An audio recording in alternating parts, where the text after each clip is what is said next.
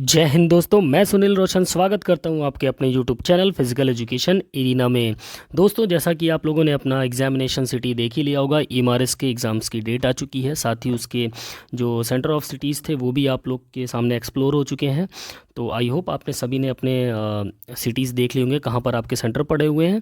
और आज से हम back to back classes start करेंगे दोस्तों, जिसमें हम कोशिश करेंगे मिनी मैराथन्स यानी कि 100 से ऊपर ही क्वेश्चन रहेंगे दोस्तों। ठीक है, आज का हमारा जो टॉपिक होगा दोस्तों, मोस्ट एक्सपेक्टेड क्वेश्चंस होंगे, 100 प्लस क्वेश्चन होंगे। और फिजिकल एजुकेशन के हर एग्जाम में ये क्वेश्चन पूछे जाते हैं, और ईएमआरएस में भी यहाँ से आपको मैक्सिमम नंबर ऑफ क्वेश्चंस देखने को मिलेंगे दोस्तों। ठीक है, और जल्दी से इस सेशन को शेयर कर दीजिए, फटाफट से वीडियो को लाइक कर दीजिए। और जो भी दोस्त मेरे इस चैनल पर पहली बार आए, प्लीज़ चैनल को सब्सक्राइब करके बेल आइकन जरूर दबाएँ, क्योंकि आज से लेकर एग्ज़ाम तक आपको पर डे ऐसी वीडियोस मिलती रहेंगी जो कि आपके लिए बहुत ही ज़्यादा रिवीजन के लिए बेनिफिशियल होने वाली दोस्तों। इसके साथ ही मैं मिक्स क्वेश्चन की तो आपकी चल रहेंगी दोस्तों, मिनी मैराथन्स आपकी चलती रहेंगी इस टाइप की क्वेश्चन जैसे मैं आज लाया हूँ। साथ ही साथ टॉपिक वाइज भी आपको कोशिश करूंगा 200 से 250 क्वेश्चन पर टॉपिक आपको यहाँ से प्रोवाइड होंगे दोस्तों, जिसमें आपके वन लाइनर भी हो सकते हैं और एमसीक्यू वाइज भी हो सकते हैं। ठीक है, तो चलिए देर न करते हुए शुरू करते हैं हम आज की क्वेश्चन सीरीज़। और आज का हमारा पहला क्वेश्चन है दोस्तों, 2012 लंदन ओलंपिक में उस खेल का नाम बताइए जिसके फाइनल में आमने सामने एक ही देश की टीम थी दोस्तों। क्या कह रहा है, name the sport which the team of the same country was face in the final of 2012 London Olympic. जल्दी से बताएंगे क्वेश्चन नंबर 1 का सही आंसर क्या होगा दोस्तों। बिल्कुल इसका जो सही आंसर होगा that is option C is the correct answer, beach volleyball दोस्तों। ठीक है, बीच वॉलीबॉल जो था वो 2012 के लंदन ओलंपिक में फाइनल खेला गया था, जिसका दोनों जो टीमें थी फाइनल में वो दोनों एक ही देश की टीम थी दोस्तों। ठीक है, और वो देश था दोस्तों यूएसए। ध्यान रखना, दोनों ही यूएसए की टीम थी बीच वॉलीबॉल की। 2012 के लंदन ओलंपिक में एक ही देश की टीमों ने फाइनल में पार्टिसिपेट किया था। ठीक है, अगले क्वेश्चन की तरफ चलते हैं। अगला क्वेश्चन है हमारा दोस्तों, क्वेश्चन नंबर 2, रंगास्वामी कप किस खेल से संबंधित है। Rangaswami cup is related to which sport, football, hockey, basketball और वॉलीबॉल। क्वेश्चन नंबर 2 का सही आंसर क्या होगा दोस्तों। बिल्कुल इसका सही आंसर होगा option B is the correct answer, that is hockey. ठीक है, मोस्ट इंपॉर्टेंट क्वेश्चन, काफ़ी बार क्वेश्चन से पूछा गया है आपके। नेक्स्ट क्वेश्चन है, कबड्डी की कौन सी शैली अंतर्राष्ट्रीय स्तर पर मान्य है। Which style of kabaddi recognise internationally. Circle kabaddi, immortal यानी कि अमर कबड्डी, संजीवनी कबड्डी या गामिनी कबड्डी। जल्दी से बताएंगे क्वेश्चन नंबर 3 का सही आंसर क्या होगा। बिल्कुल इसका सही आंसर होगा option C is the correct answer, that is Sanjeevani. Sanjeevani kabaddi जो होती है वो आपकी इंटरनेशनल लेवल पे मान्य है। ठीक है, इसी के वर्ल्ड कप वगैरह टूर्नामेंट्स होते हैं इंटरनेशनल लेवल पे। ओके, नेक्स्ट क्वेश्चन की बात करें, क्वेश्चन नंबर 4 है आपके सामने दोस्तों, निम्न में से पहला भारतीय कौन है जिसने ग्रैंड स्लैम प्रतियोगिता जीती है दोस्तों। Who among the following is the first Indian to win a grand slam event. Leander Paes, Mahesh Bhupathi, Aparna Popat या फिर वी राजू। जल्दी से बताएंगे क्वेश्चन नंबर 4 का सही आंसर क्या होगा दोस्तों। बिल्कुल इसका जो सही आंसर होगा that is option B is the correct answer, Mahesh Bhupathi. ठीक है, महेश भूपति वो खिलाड़ी दोस्तों जिन्होंने पहले भारतीय खिलाड़ी हैं जो जिन्होंने ग्रैंड स्लैम प्रतियोगिता जीती थी दोस्तों। ठीक है, और अगर बात करें तो ग्रैंड स्लैम प्रतियोगिता दोस्तों आपकी 4 प्रकार की होती है। एक आपका ऑस्ट्रेलियन ओपन होता है, दूसरा आपका फ्रेंच ओपन होता है, तीसरा आपका विंबलडन ओपन होता है और दूसरा आपका चौथा आपका यूएस ओपन होता है। ठीक है, इसी क्रम में ये आपकी प्रतियोगिताएं होती हैं, Australian open, French open, Wimbledon और यूएस ओपन। ठीक है, अगले क्वेश्चन की तरफ चलते हैं। अगला क्वेश्चन है हमारा क्वेश्चन नंबर 5। 5वां क्वेश्चन आपसे कह रहा है, पहला विश्व कप फुटबॉल किस देश में आयोजित हुआ था। मोस्ट इंपॉर्टेंट और मैक्सिमम नंबर ऑफ एग्जाम से पूछा गया question. Uruguay 1930, France 1954, Canada 1920, Brazil 1906। Question number 5 का सही आंसर क्या होगा दोस्तों, जल्दी से बताएंगे। In which country was the first football world cup held.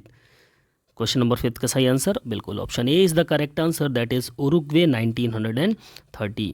1930 में उरुग्वे में पहला विश्व कप फुटबॉल का आयोजित हुआ था दोस्तों, और इसमें उरुग्वे ने ही जीता था। ठीक है, किसने जीता था इसके फाइनल को, उरुग्वे ने ही जीता था। ठीक है, ध्यान रखना है इस चीज़ को।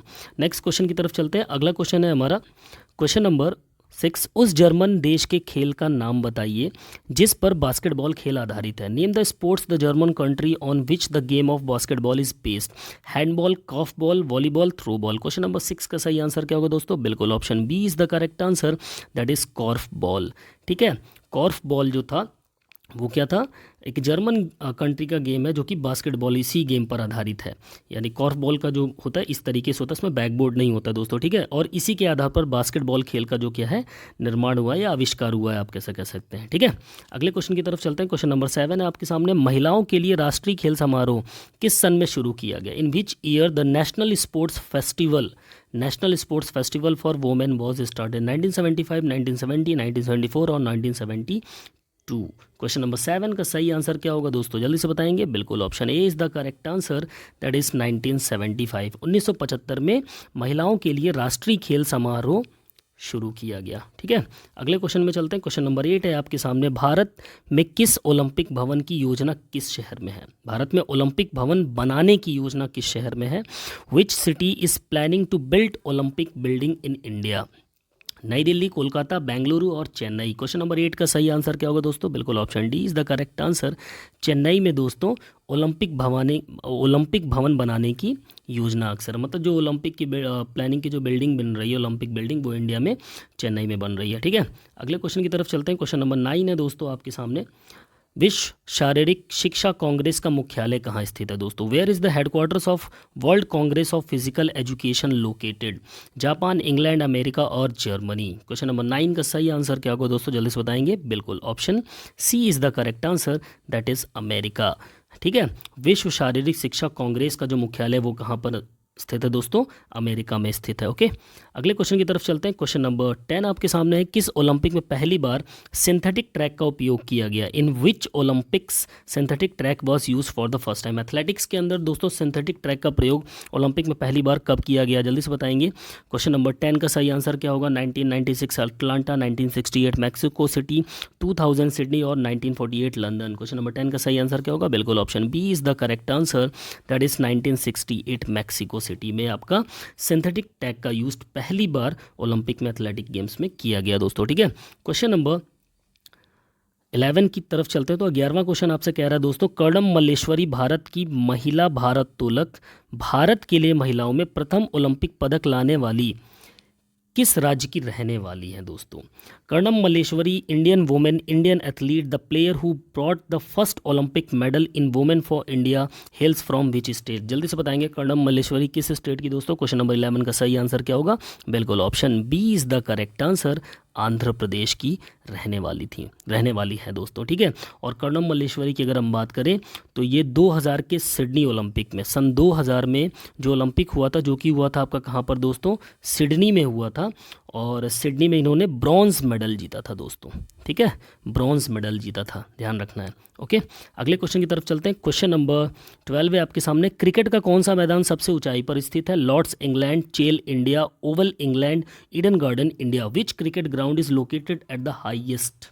जल्दी से बताएंगे। क्वेश्चन नंबर 12 का सही आंसर क्या होगा? बिल्कुल option B is the correct answer, that is चेल इंडिया में, ठीक है। भारत में ही क्रिकेट का सबसे ऊंचा मैदान है जो सबसे ऊंचाई पर स्थित है, ओके। क्वेश्चन नंबर 13 की बात करें। क्वेश्चन नंबर 13 कह रहा है, in which the city SGFI was formed? SGFI का गठन किस शहर में हुआ है दोस्तों? देखो, SGFI का मतलब होता है दोस्तों school games federation of India, ठीक है। इसका फुल फॉर्म जो होता है वो होता है school games federation of India, okay.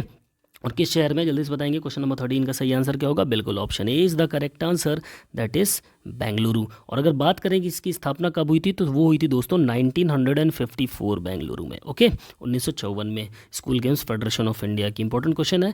अगला क्वेश्चन है क्वेश्चन नंबर 14 आपके सामने दोस्तों, विश्व का सबसे पुराना खेल कौन सा है? Which is the oldest sport in the world? Football, चौगान, हॉर्स रेस और रेसलिंग। क्वेश्चन नंबर 14 का सही आंसर क्या होगा दोस्तों? जल्दी से बताएंगे। बिल्कुल इसका सही आंसर होगा, और that is option B is the correct answer, चौगान, ठीक है। चौगान जो है वो विश्व का सबसे पुराना स्पोर्ट्स है दोस्तों, सबसे पुराना खेल है। और वर्तमान में इस खेल का जो नाम है दोस्तों वो है पोलो। इसी की तर्ज पे पोलो गेम का इन्वेंशन हुआ दोस्तों, ठीक है, ध्यान रखना है। चौगान को ही पुराना नाम था पोलो का। यहाँ से भी क्वेश्चन पुटअप हो सकता है। नेक्स्ट क्वेश्चन नंबर 15 की बात करें। 15वां क्वेश्चन है, निम्न में से किस खेल का संबंध थॉमस कप से है? Which of the following sport is associated with the Thomas cup? Bar bar question में पूछा जाने वाला सवाल है दोस्तों पेपर में आपके। टेबल टेनिस, क्रिकेट, बैडमिंटन और टेनिस। क्वेश्चन नंबर 15 का सही आंसर क्या होगा? बिल्कुल option C is the correct answer, that is badminton, ठीक है। थॉमस कप आपकी दोस्तों मेंस की प्रतियोगिता होती है बैडमिंटन के अंदर, और उबेर कप होता है वो वुमेन्स की आपकी बैडमिंटन की प्रतियोगिता होती है, ठीक है। इनके सन भी याद कर लेना। नेक्स्ट क्वेश्चन नंबर 16 की बात करें, 16वां क्वेश्चन आपके सामने, प्रत्येक वर्ष के पहले माह यानी कि जनवरी में कौन सी ग्रैंड स्लैम टूर्नामेंट शुरू होता है? In which Grand Slam tournament begins in the first month January of each year? जनवरी के महीने में कौन सा ग्रैंड स्लैम होता है? US Open, French Open, Australian Open और विंबलडन? जल्दी से बताएंगे। क्वेश्चन नंबर 16 का सही आंसर क्या होगा? मोस्ट इंपॉर्टेंट क्वेश्चन है। 16वें का क्या होगा सही जवाब? बिल्कुल option C is the correct answer. C आपका सही जवाब होगा, दैट इज़ ऑस्ट्रेलियन ओपन। ठीक है, जनवरी माह में पहले माह जनवरी में जो ग्रैंड स्लैम टूर्नामेंट होता है वो आपका कौन सा होता है? वो आपका होता है दोस्तों ऑस्ट्रेलियन ओपन। अब देखो दोस्तों, जनवरी में तो आपका ऑस्ट्रेलियन ओपन होता है, ठीक है। फिर मई और जून के माह में, ठीक है, मई और जून के माह में आपका फ्रेंच ओपन होता है, ये ध्यान रखना है, ठीक है। और वहीं बात करें जून और जुलाई के महीने में आपका जो होता है वो होता है दोस्तों आपका विंबलडन होता है, ठीक है। और लास्ट जो आपका बच गया, ठीक है, वो है आपका यूएस ओपन, ठीक है, ध्यान रखना है इस चीज़ को। ओके, अगले क्वेश्चन की तरफ चलते हैं। सितंबर और अक्टूबर में आपका यूएस ओपन होता है, ठीक है। तो यहाँ पर अगर हम बात करें तो जनवरी के स्टार्टिंग पहले मतलब साल के पहले माह जनवरी में आपका ऑस्ट्रेलियन ओपन हो जाता है, ठीक है।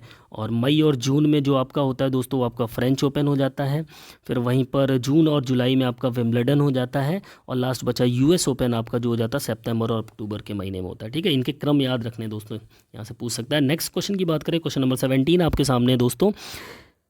जिस प्रकार बैडमिंटन में ऑल इंग्लैंड बैडमिंटन चैंपियनशिप है, उसी प्रकार टेनिस में कौन सी चैंपियनशिप है? Just as there is all England badminton championship in badminton, which is the championship in tennis? Davis cup, French open, Wimbledon और यूएस ओपन? जल्दी से बताएंगे। क्वेश्चन नंबर 17 का सही आंसर क्या होगा? जैसे बैडमिंटन में ऑल इंग्लैंड बैडमिंटन चैंपियनशिप होती है, वैसे टेनिस में कौन सा होता है दोस्तों? 17वें क्वेश्चन का सही आंसर क्या होगा? बिल्कुल option C is the correct answer, that is Wimbledon, ठीक है। जैसे हमारे बैडमिंटन में इंग्लैंड बैडमिंटन चैंपियनशिप होती है, वैसे विंबलडन टेनिस चैंपियनशिप होती है, ठीक है। नेक्स्ट क्वेश्चन की तरफ चलते हैं। अगला क्वेश्चन हमारा क्वेश्चन नंबर 18 आपके सामने दोस्तों। और 18वां क्वेश्चन आपसे कह रहा है दोस्तों, खेलों में दिया जाने वाला विश्व का सर्वश्रेष्ठ पुरस्कार कौन सा है? Which is the world best award in sports? Suleman award, Olympic order award, Jesse Owens award या trophy, Coubertin award? Question number 18 most important question, क्या होगा सही आंसर इसका दोस्तों? बिल्कुल option B is the correct answer, that is Olympic award पुरस्कार या Olympic order award, ठीक है। विश्व का सबसे बड़ा स्पोर्ट्स अवार्ड है जो कि ओलंपिक ऑर्डर अवार्ड कहलाता है दोस्तों, ठीक है। अगले क्वेश्चन की तरफ चले तो अगला क्वेश्चन है हमारा दोस्तों क्वेश्चन नंबर 19। दाएं हाथ के लेग स्पिनर गेंदबाज की बॉल टप्पा पड़ने पर ऑफ स्टंप की बजाय अंदर की तरफ मिडिल स्टंप या लेग स्टंप की तरफ जाए तो उसे क्या कहेंगे? What would a right arm leg spinner से if the bowler hits the ball to the inside middle stump और leg stump instead of the stumps off? जल्दी से बताएंगे। क्वेश्चन नंबर 19 का सही आंसर क्या होगा दोस्तों? बिल्कुल option C is the correct answer, that is googly. अगर दाएं हाथ के लेग स्पिनर गेंदबाज की बॉल टप्पा पड़ने पर ऑफ स्टंप पे ना जाने की बजाय वो मिडिल स्टंप या लेग स्टंप पर चले जाए तो उसको हम गूगली बोलते हैं दोस्तों, ठीक है। ये टर्मोलॉजी गूगली भी पूछता है, मैक्सिमम क्वेश्चंस पेपर में आपके पूछा जा चुका है कि गूगली टर्मोलॉजी किस खेल से संबंधित है, ठीक है। हालांकि ये चाइना मैन और गूगली दोनों इंपॉर्टेंट है, ये टर्मोलॉजी यहाँ से आपकी पुटअप हो सकती है। नेक्स्ट क्वेश्चन नंबर 20 की बात करेंगे। 20वां क्वेश्चन है, किस ओलंपिक में विजेताओं को मेडल यानी कि स्वर्ण, रजत और कांस्य नहीं दिए गए थे? इन विच ओलंपिक मेडल्स गोल्ड, सिल्वर और bronze were not awarded the winners? 1980 के मॉस्को में, 1900 के पेरिस में, 1920 के एंटवर्प में या 1904 के सेंट लुइस में? जल्दी से बताएंगे। क्वेश्चन नंबर 20 का सही आंसर क्या होगा दोस्तों? बिल्कुल इसका जो सही आंसर होगा that is option B is the correct answer. 1920 के एंटवर्प ओलंपिक, 1900 के पेरिस ओलंपिक में, ठीक है। 1900 के पेरिस ओलंपिक में मेडल्स नहीं दिए गए थे। देखो दोस्तों, सेंट लुइस 1904 में तो मेडल देना स्टार्ट हुए थे। अब 1904 1900 से पहले है, 1900 बाद में है, ठीक है। फिर 1980 1920 तो इन तीनों में ही दिए गए थे। आपके 1980 में भी दिया गया था, 1920 में भी दिया गया था, 1904 से तो स्टार्ट ही हुआ था मेडल देना, ठीक है। और 1900 पेरिस में नहीं दिया गया, तो इसका सही आंसर हो जाएगा ऑप्शन बी। ओके, अगले क्वेश्चन की तरफ चलते हैं। क्वेश्चन नंबर 21 आपके सामने दोस्तों। ओलंपिक के छल्लों में ऊपर की तरफ कितने छल्ले होते हैं दोस्तों? How many rings are on the top of the Olympic rings? 2, 4, 5 और 3? क्वेश्चन नंबर 21 का सही आंसर क्या होगा दोस्तों? आपके सामने चित्र भी आप देखकर बता सकते हैं, जल्दी से बताएंगे। क्वेश्चन नंबर 21 का सही आंसर क्या होगा? बिल्कुल option D is the correct answer. 1, 2 और 3 ऊपर की तरफ 3 छल्ले होते हैं, ठीक है। अगले क्वेश्चन की तरफ चलते हैं। तो अगला क्वेश्चन होगा दोस्तों हमारा क्वेश्चन नंबर 22 और 22वां क्वेश्चन आपसे कह रहा है दोस्तों, फादर हेनरी डी डॉन किस देश के रहने वाले थे। ठीक है, यहाँ से question Father Henri Didon से रिलेटेड क्वेश्चन आपसे पुटअप होते हैं दोस्तों एग्जाम में। Father Henri Didon was from which country, France गणराज्य, स्विट्जरलैंड गणराज्य, और डोमिनिकन गणराज्य, या फिर अमेरिकन गणराज्य। जल्दी से बताएंगे दोस्तों। क्वेश्चन नंबर 22 का सही आंसर क्या होगा, बिल्कुल that is option C is the correct answer. ठीक है, फादर हेनरी डी डॉन जो थे वो कहाँ के थे, वो थे आपके डोमिनिकन रिपब्लिक के। ठीक है, डोमिनिकन गणराज्य के थे। और इनकी बात करी जाए तो फादर हेनरी डी डॉन ने क्या किया था दोस्तों, इन्होंने ओलंपिक के मोटो का निर्माण किया था। ठीक है, फादर ऑफ ओलंपिक मोटो की अगर हम बात करें, जो CTS, RTS और फोर्टियस, इन्हीं तीनों के। ठीक है, CTS, RTS और फोर्टियस जो थे इनको फादर हेनरी डी डॉन ने बनाया था। और अभी एक कम्युनिस्ट जुड़ गया है, इसको बनाया आपके किसके, थॉमस बैक ने। ठीक है, 4 हमारे मोटो, जिसमें से 3 बनाया फादर हेनरी डी डॉन ने और एक थॉमस बैक का दिया हुआ है, जिसको हम बोलते हैं कम्युनिस्ट। कम्युनिस्ट का मतलब होता है टुगेदर। ठीक है, CTS का मतलब होता है आपका अधिक, क्या होगा, 40S का तो अधिक फास्ट हो जाएगा, RTS का अधिक ऊंचाई पर हो जाएगा। ठीक है, और CTS का मतलब क्या हो जाएगा, एक सेकेंड, 40S का मतलब होगा अधिक बलवान, CTS का मतलब अधिक तेज, और RTS का मतलब अधिक ऊंचा, और कम्युनिस्ट का मतलब टुगेदर यानी एक साथ। ठीक है, अगर मैं सही हूँ तो कमेंट करके बताइएगा अगर मैंने गलत बताया होगा। ठीक है, नेक्स्ट क्वेश्चन नंबर 23 की तरफ चलते हैं। 23वां क्वेश्चन है, निम्न में से क्या विषम है, यानी इनमें से अलग क्या है दोस्तों। 4 ऑप्शन दिए, which of the following is odd, सुलेमान award, Olympic order award, Jesse Owens award और कुबर्टिन अवार्ड। जल्दी से बताएंगे क्वेश्चन नंबर 23 का सही आंसर क्या होगा। बिल्कुल इसका जो सही आंसर होगा that is option B is the correct answer, Olympic order award. दोस्तों ये जो बाकी के तीनों जो अवार्ड है ये एक नॉर्मल कैटेगरी में आते हैं। ठीक है, लेकिन ओलंपिक ऑर्डर अवार्ड जो होता है वो आपका वर्ल्ड का सबसे बेस्ट स्पोर्ट्स अवार्ड के अंदर आता है। ठीक है, इस वजह से यहाँ पर ऑड होगा। नेक्स्ट क्वेश्चन नंबर 24 की तरफ चलते हैं। तो 24वां क्वेश्चन आपसे कह रहा है दोस्तों, भारत में किसे ओलंपिक ऑर्डर के स्वर्ण पदक से नवाजा गया था। Who was the awarded the gold medal of the Olympic order in India, GD Sondhi, Indira Gandhi, Pandit Jawaharlal Nehru और सरदार दुर्गावजी टाटा। जल्दी से बताएंगे क्वेश्चन नंबर 24 का क्या होगा सही आंसर। मोस्ट इंपॉर्टेंट क्वेश्चन है दोस्तों, क्या होगा इसका सही जवाब क्वेश्चन नंबर 24 का, बिल्कुल option B is the correct answer, that is Indira Gandhi. ठीक है, एकमात्र भारत की एकमात्र नागरिक या एकमात्र महिला आप कह सकते हैं जिसने इस अवार्ड को अभी तक पाया है। ठीक है, ओलंपिक ऑर्डर अवार्ड से नवाजा गया है, वो है इंदिरा गांधी। बहुत बहुत इंपॉर्टेंट क्वेश्चन है। नेक्स्ट क्वेश्चन नंबर 25 की तरफ चलते हैं। 25वां क्वेश्चन आपसे कह रहा है दोस्तों, योनेक्स नामक बहुचर्चित कंपनी जो खेलों के उपकरण जैसे बैडमिंटन, गोल्फ, टेनिस आदि के उपकरण बनाती है, उसका संबंध किस देश से है। Which country is related to Yonex as well known company that manufactures sport equipment like equipment for badminton or golf or tennis or etc. चीन, कोरिया, जापान, मलेशिया। जल्दी से बताएंगे यूनिक्स कंपनी किस देश की है दोस्तों। क्वेश्चन नंबर 25 का सही आंसर क्या होगा, बिल्कुल option C is the correct answer, Japan की। ठीक है, ऐसे भी क्वेश्चन आपको पेपर में देखने को मिल सकते हैं। नेक्स्ट क्वेश्चन नंबर 26 की तरफ चलेंगे। तो 26वां क्वेश्चन है, एकमात्र भारतीय खिलाड़ी का नाम बताइए जिसे भारत के सर्वोच्च 3 खेल पुरस्कार अर्जुन, राजीव गांधी खेल रत्न पुरस्कार और द्रोणाचार्य पुरस्कार मिले हैं दोस्तों। Name the only Indian sports person who has received India's top 3 sports award, Arjun award, Rajiv Gandhi Khel Ratna award और द्रोणाचार्य अवार्ड। कपिल देव, मेजर ध्यानचंद, पुलेला गोपीचंद और सचिन तेंदुलकर। जल्दी से बताएंगे दोस्तों, इन तीनों पुरस्कार को लेने वाला वो एकमात्र खिलाड़ी कौन सा है। क्वेश्चन नंबर 26 का सही आंसर क्या होगा दोस्तों, क्या होगा, बिल्कुल option C is the correct answer, that is Pullela Gopichand. ठीक है, पुलेला गोपीचंद ही वह एकमात्र खिलाड़ी हैं दोस्तों जिन्होंने इन तीनों पुरस्कार को एक साथ हासिल किया। ठीक है, अगले क्वेश्चन की तरफ चलते हैं। क्वेश्चन नंबर 27 की, ओमेगा नामक कंपनी का संबंध किस देश से है दोस्तों। From which country is the company named omega is related, Japan, Norway, Switzerland और जर्मनी। जल्दी से बताएंगे क्वेश्चन नंबर 27 का सही आंसर क्या होगा, बिल्कुल option C is the correct answer, that is Switzerland. Okay, next question number 28 की तरफ चलते हैं। 28वां क्वेश्चन है, एडिडास कंपनी का संबंध किस देश से दोस्तों। ये भी एक स्पोर्ट्स कंपनी है, जर्मनी, अमेरिका, स्विट्जरलैंड और Japan. Adidas company belongs to which country. Question number 28 का सही आंसर क्या होगा, बिल्कुल option A is the correct answer, that is Germany. Adidas जो है वो जर्मनी की कंपनी है। नेक्स्ट क्वेश्चन नंबर 29 की तरफ चलते हैं। 29वां क्वेश्चन आपसे कह रहा है दोस्तों, भारत का गोल्डन ओलंपिक किसे कहा जाता है। Which is called golden Olympics of India. 1900 का पेरिस ओलंपिक, 1928 का एम्स्टर्डम, 1936 बर्लिन ओलंपिक और 2012 लंदन ओलंपिक। 29 क्वेश्चन का सही आंसर क्या होगा दोस्तों? बिल्कुल option C is the correct answer. Sorry, C नहीं होगा, क्वेश्चन नंबर 29 ना, गलत है। Option B is the correct answer, that is 1928 Amsterdam. 1928 Amsterdam Olympic को गोल्डन ओलंपिक कहा जाता है इंडिया का दोस्तों। क्यों? क्योंकि वहाँ पर पहली बार भारत को गोल्ड मेडल मिला था हॉकी में। ठीक है, ध्यान रखना, किसी भी इवेंट में पहली बार भारत को जो गोल्ड मेडल मिला था फर्स्ट टाइम, वो था 1928 को ओलंपिक में। ठीक है, एम्स्टर्डम में हुआ था जो कि, और उसमें जो इवेंट था गोल्ड मेडल वाला वो था हॉकी। ओके, इसीलिए इसको गोल्डन ओलंपिक कहा जाता है भारत का। नेक्स्ट क्वेश्चन नंबर 30 की बात करें, 30वां क्वेश्चन, उस अभ्यास को क्या कहते हैं जिसमें कम तीव्रता के साथ अभ्यास करते हुए ऑक्सीजन ग्रहित की जाती है? What is the practice called in which oxygen is absorb while practicing with low intensity? Low intensity के साथ जब आप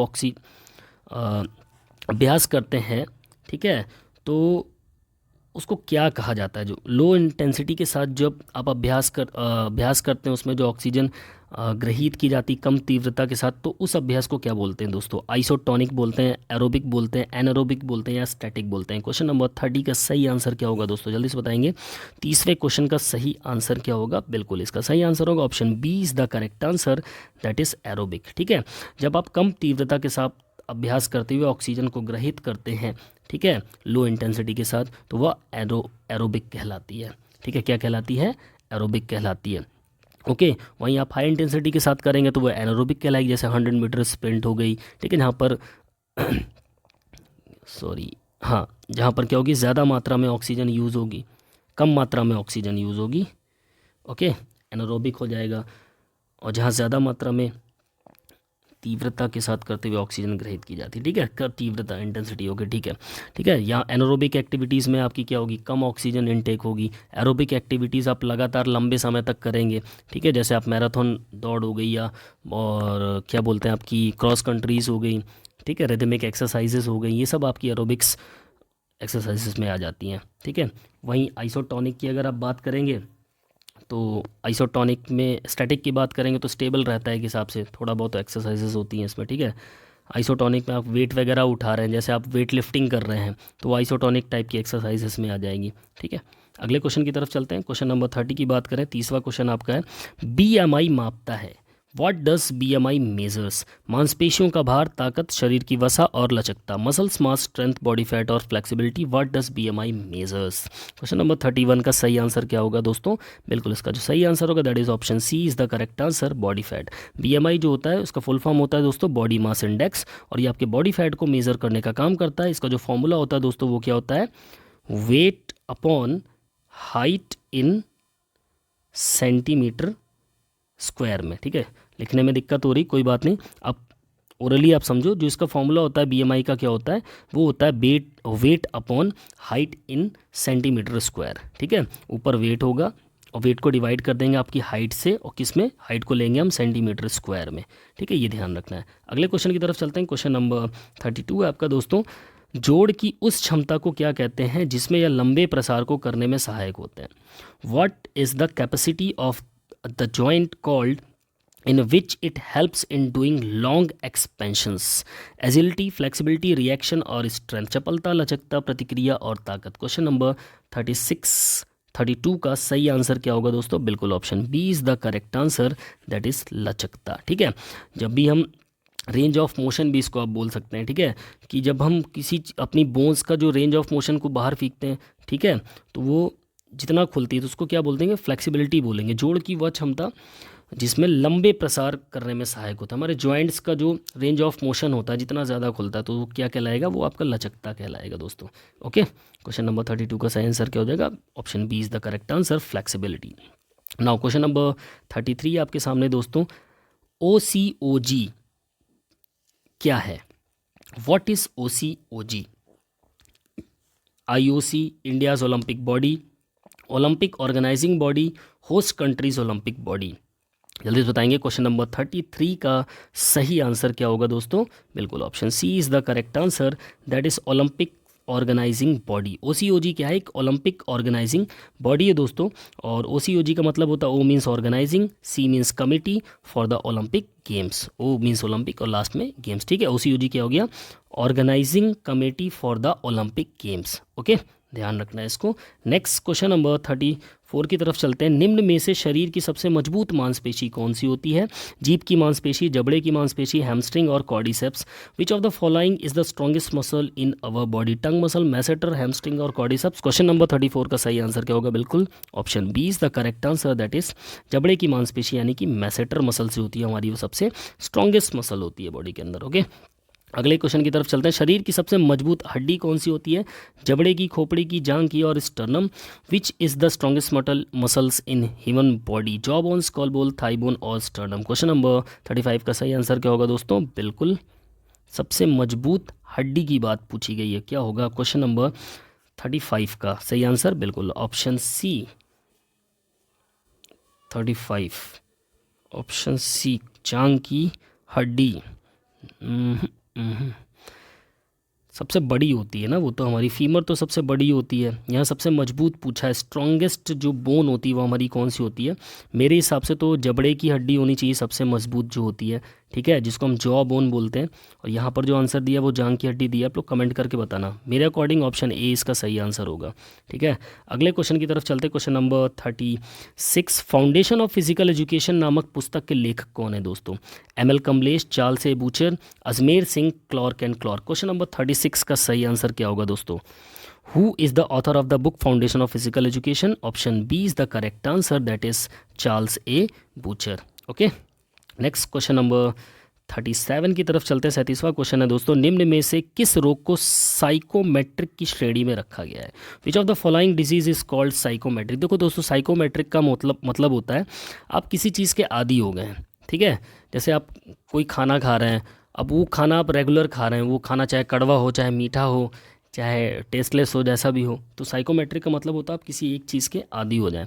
तो अभी इन 4 ऑप्शंस दिए, डायबिटीज़, अस्थमा, टीबी और छोटी माता। जल्दी से बताएंगे क्वेश्चन नंबर 37 का सही आंसर क्या होगा? बिल्कुल option A is the correct answer, that is option A diabetes. Okay, जैसे डायबिटीज़ में क्या होता है, जैसे लो डायबिटीज़ है तो आप क्या करेंगे? मीठा ज़्यादा खाएंगे, कंटिन्यू मीठा ज़्यादा खाते हैं। जिनको हाई डायबिटीज़ है वो मीठा ही खाना कम कर देते हैं, ठीक है, तो आदी हो जाते हैं किसी चीज़ के। नेक्स्ट क्वेश्चन नंबर 38 की बात करें, कम से कम कितने खिलाड़ी बास्केटबॉल मैच शुरू करने के लिए चाहिए? What is the minimum number of players needed to start a basketball match? 4, 5, 6 और 7। क्वेश्चन नंबर 38 का सही आंसर क्या होगा? बिल्कुल option B is the correct answer, minimum 5 खिलाड़ी आपको मैच शुरू करने के लिए चाहिए। टोटल खिलाड़ी इसमें होते हैं 12 और एक्स्ट्रा प्लेयर होते हैं दोस्तों इसमें 7, ठीक है, लेकिन मिनिमम 5 प्लेयर चाहिए मैच खेलने के लिए। और इसमें क्वेश्चन और ज़्यादातर पूछा जाता है कि बास्केटबॉल खेल का स्टार्ट कैसे लिया जाता है, तो वो लिया जाता है दोस्तों जंप बॉल से, ध्यान रखना, ये भी एक इंपॉर्टेंट पॉइंट है।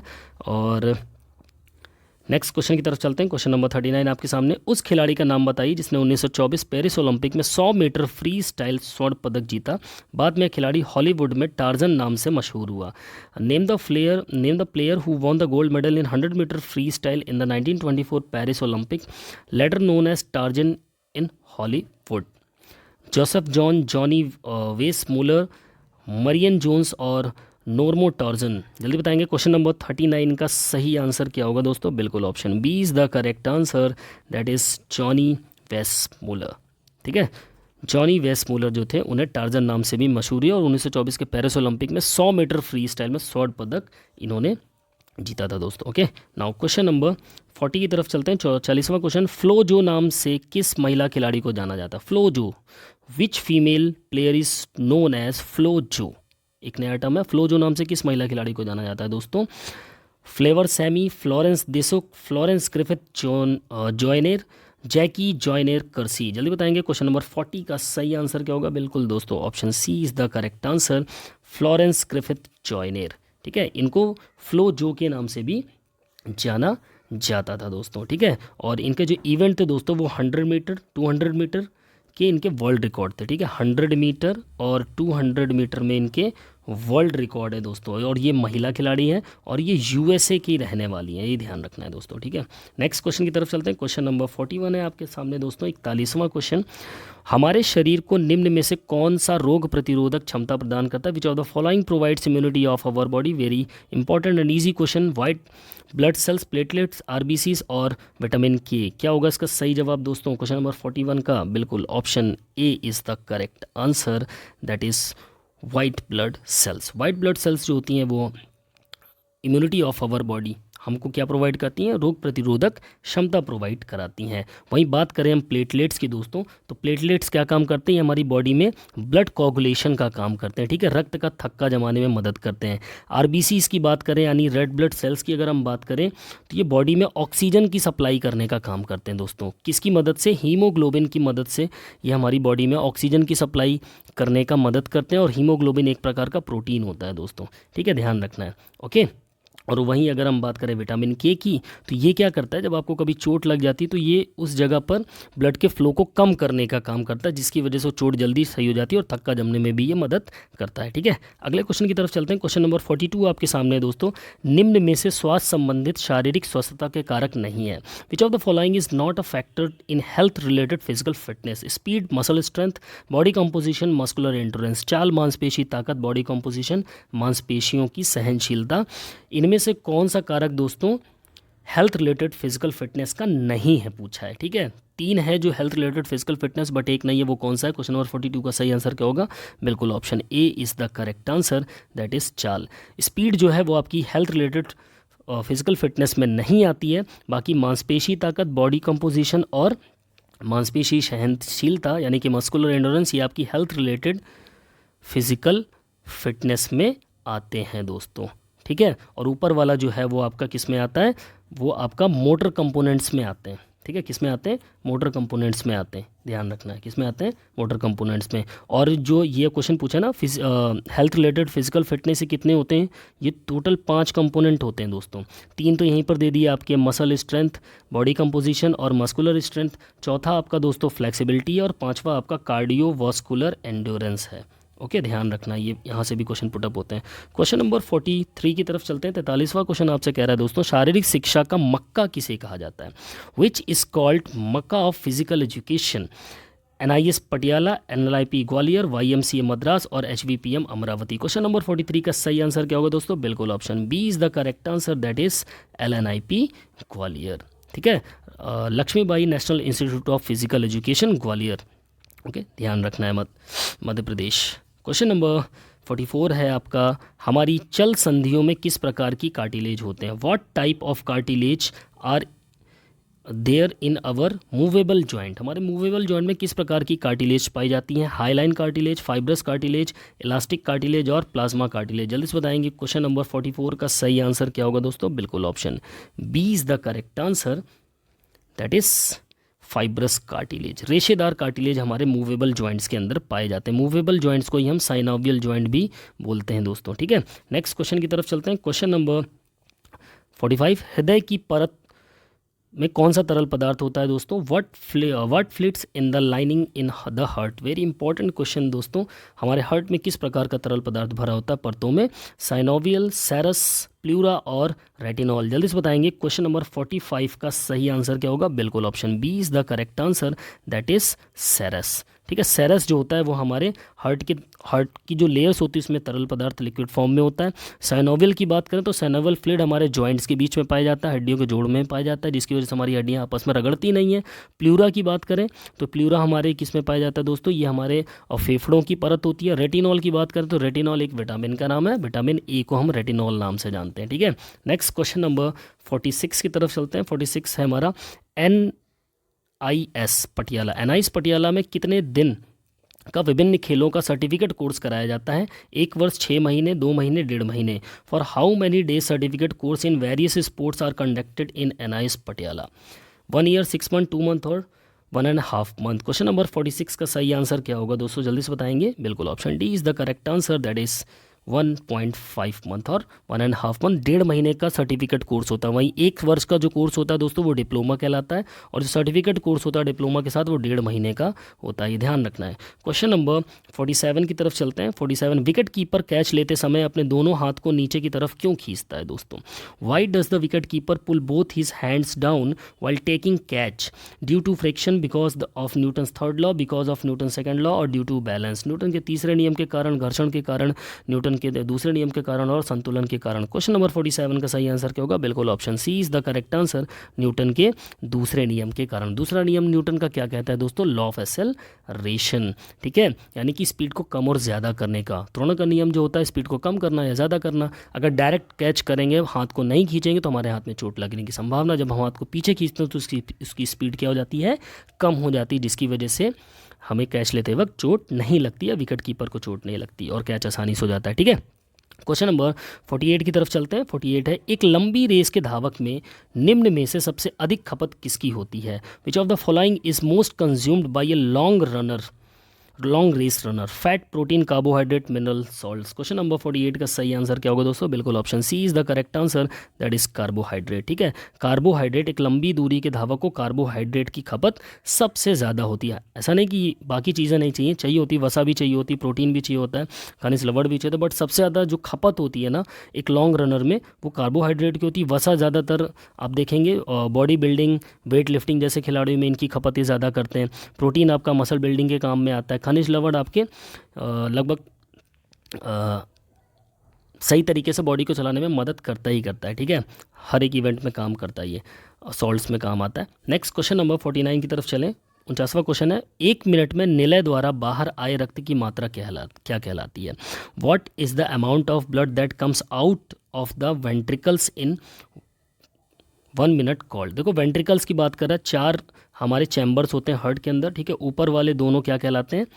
ऑरिकल्स कहलाते हैं। नीचे वाले दोनों क्या कहलाते हैं? वेंट्रिकल्स कहलाता है। यहाँ क्या कह रहा है? 1 मिनट में निलय द्वारा, और जो हमारा वेंट्रिकल से बाहर की तरफ पूछ रहा है, ठीक है। वेंट्रिकल में रक्त आता भी है और वेंट्रिकल से रक्त जाता भी। आता किस में है? आपके राइट वेंट्रिकल में है, ठीक है, लेकिन जाएगा कहाँ बॉडी में? वो आपके लेफ्ट वेंट्रिकल के थ्रू ही वो बाहर की तरफ जाता है, ठीक है। तो यहाँ पर इसकी बात हो रही है, तो ये क्या कहलाएगा दोस्तों? कार्डियक साइकिल कहलाएगा, कार्डियक आउटपुट कहलाएगा, कार्डियक वॉल्यूम या वेंट्रिकल वॉल्यूम कहलाएगा? क्वेश्चन नंबर 49 का सही आंसर क्या होगा दोस्तों? बिल्कुल option B is the correct answer, that is cardiac output, ठीक है। जब 1 मिनट में आपके वेंट्रिकल द्वारा बाहर आए रक्त की मात्रा क्या कहलाएगी? वो आपकी कहलाएगी कार्डियक आउटपुट कहलाएगी, ओके। कार्डियक मीन्स यहाँ पर होता है हमारा हार्ट दोस्तों, ये भी ध्यान रखना, ये भी टर्मिनोलॉजी है, ठीक है। कार्डियक का मतलब हार्ट होता है। नेक्स्ट क्वेश्चन की बात करें, क्वेश्चन नंबर 50 है दोस्तों आपके सामने।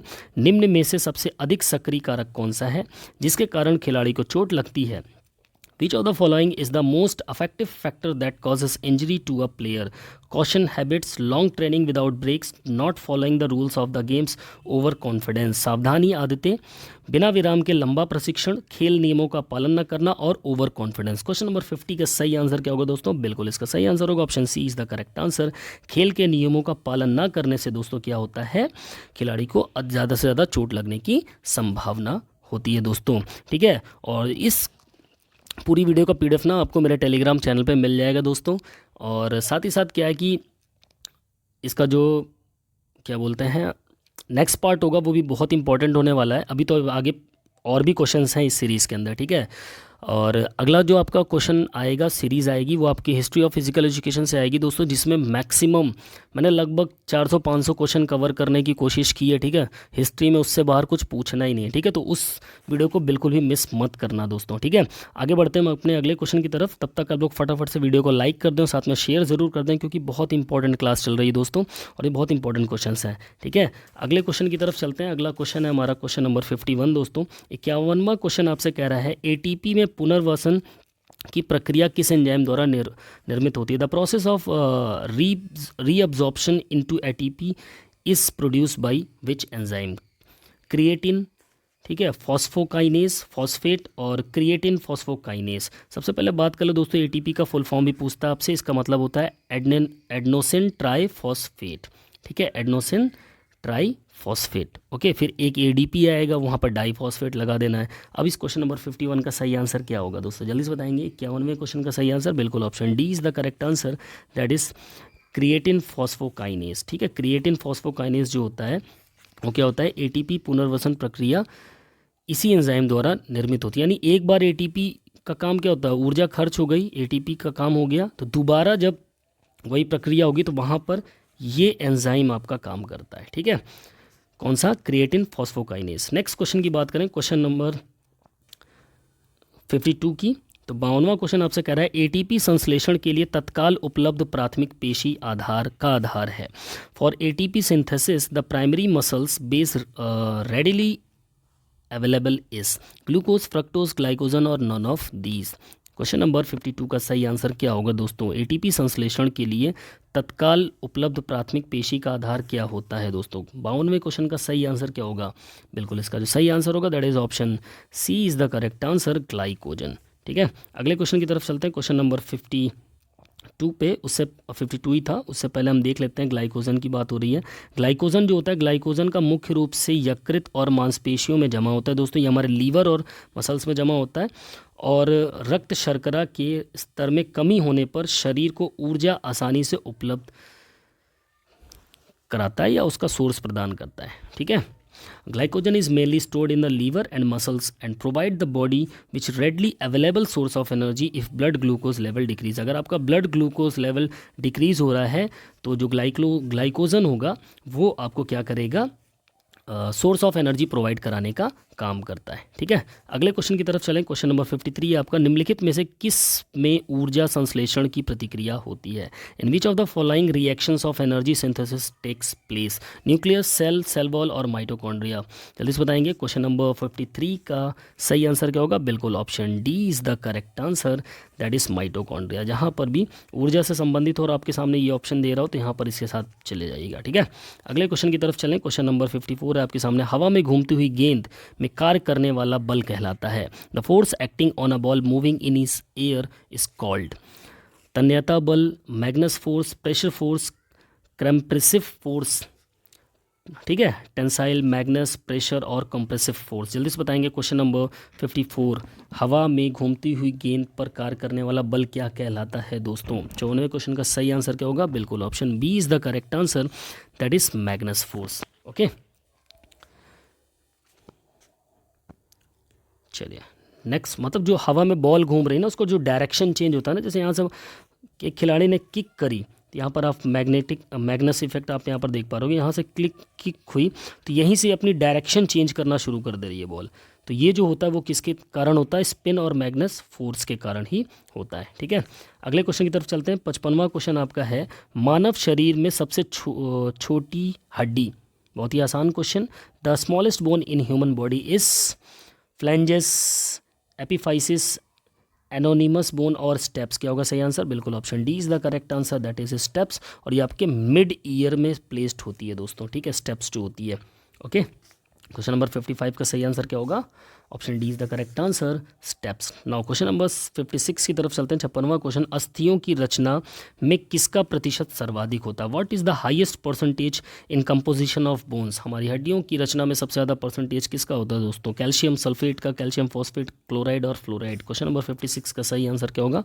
बिल्कुल option B is the correct answer, that is calcium phosphate.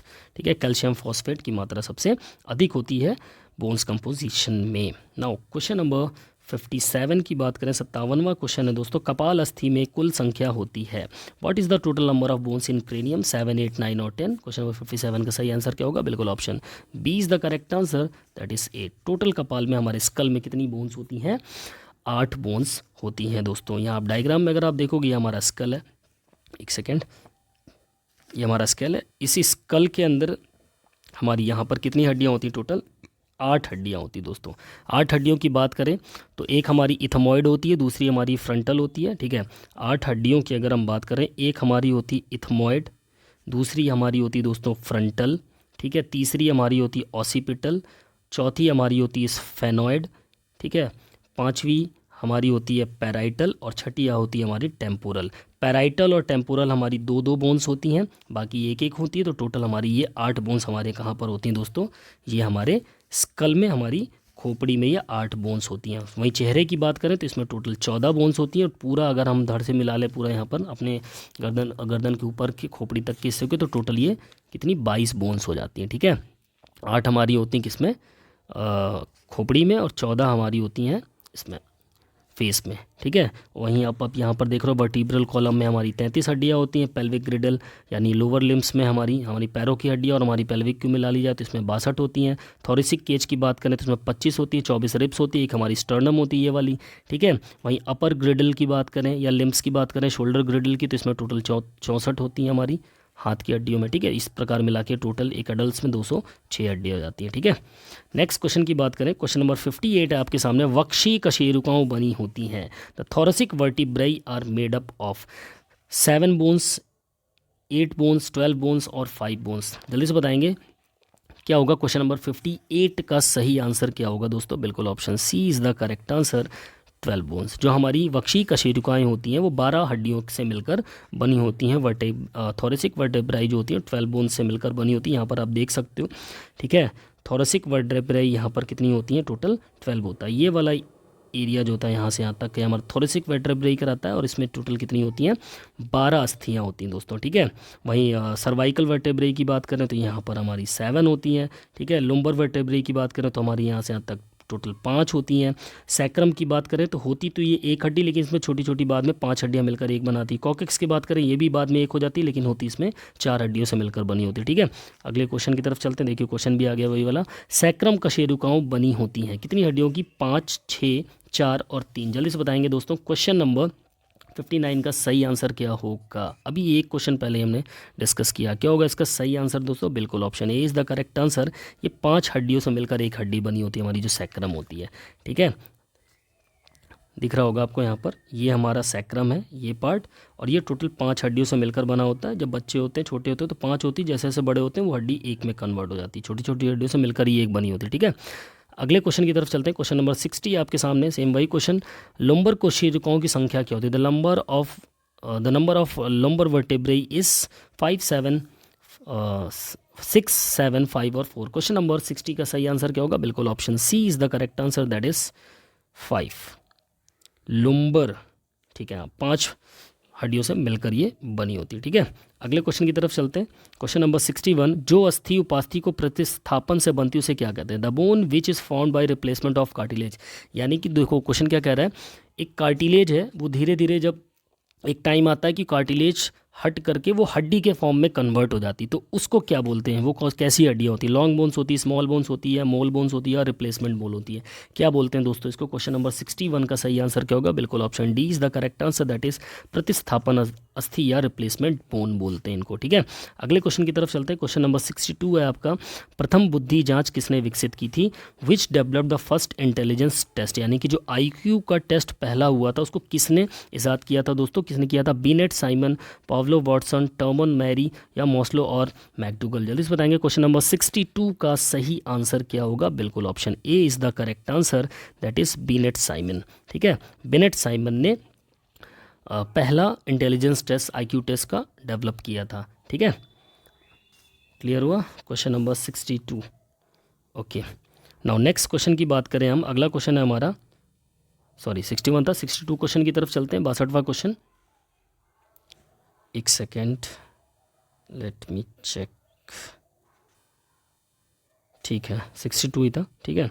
यहाँ IQ की बात हो रही है दोस्तों। तो इंटेलिजेंट टेस्ट जो होता है, इतिहास में पहला आधुनिक बुद्धि परीक्षण 1904 में हुआ, ठीक है। ये जो पहला इन्होंने किया था ना, बीनेट और साइमन ने 1904 में किया था। अल्फ्रेड बीनेट 1857 से 1911 और थियोडोर साइमन ने मिलकर किया था, ठीक है। बीनेट और साइमन दोनों ने 1873 और 1961 में इनके द्वारा ये विकसित किया गया। ओके, नेक्स्ट क्वेश्चन की तरफ चलें। क्वेश्चन नंबर 63 आपके सामने है। ज्ञान यानी कॉग्निशन का संबंध किससे है?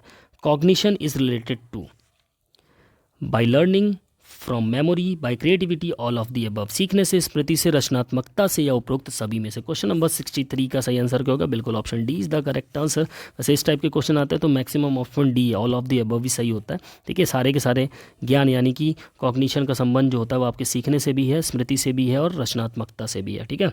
नेक्स्ट क्वेश्चन नंबर 64 की बात करें। इनमें से कौन प्राथमिक प्रेरणा नहीं है? Which of the following is not a primary motivation, ठीक है। प्राइमरी मोटिवेशन मीन्स जो किसी के कहने पे ना हो, वो अपने आप जागृत हो, वही प्राइमरी मोटिवेशन होता है दोस्तों। तो क्या होगा? पैशन, हंगर, सेक्सुअल क्रेविंग, जुनून, भूख, यौन या तृष्णा। जल्दी से बताएंगे क्वेश्चन नंबर 64 का सही आंसर क्या होगा? क्या पूछा? प्राथमिक प्रेरणा नहीं है, ठीक है। तो क्या होगा, option D is the correct answer, that is तृष्णा। तृष्णा एक ऐसी चीज़ है जो अपने से नहीं आती है, ठीक है, लेकिन जुनून, भूख, सेक्सुअल यानी कि यौन, ये सारी चीज़ें अपने से आती हैं, एक प्राथमिक प्रेरणा है, ठीक है। वैसे प्राइमरी मोटिवेशन में आपका ये सारी चीज़ें होती है। नेक्स्ट क्वेश्चन नंबर 65 की बात करें, विकास की प्रक्रिया में गैंग एज पद कब आता है? When does term gang as comes in the process development?